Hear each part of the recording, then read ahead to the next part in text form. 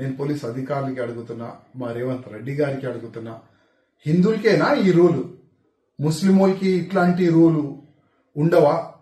రంజాన్ సమయంలో చాలా మంది ఇన్స్పెక్టర్ కానీ, ఏసీపీ కానీ, కానిస్టేబుల్ కానీ, ఎస్ఐలు కానీ చాలా మంది రోజులు పెట్టుకుంటారు. మళ్ళీ వాళ్ళకి ఫుల్ ఫ్రీడమ్ ఇస్తారు కదా. ఆయన ఏ టైం అయినా డ్యూటీ రావచ్చు, ఏ టైం అయినా మస్జిద్కి పోవచ్చు, నమాజ్ చదవనికి పోవచ్చు, ఇంటికి వెళ్ళిపోవచ్చు, రోజా ఇడవనికి వెళ్ళిపోవచ్చు, ఆయన ఎప్పుడైనా ఏదైనా చేయొచ్చు. ఆయన వాళ్ళకి ఇట్లాంటి రూల్స్ రెగ్యులేషన్ ఎందుకు పెట్టారు? ఇట్లాంటి ఆదేశం రంజాన్ సమయంలో ఎందుకు బయటికి రాదు నేను అడుగుతున్నా.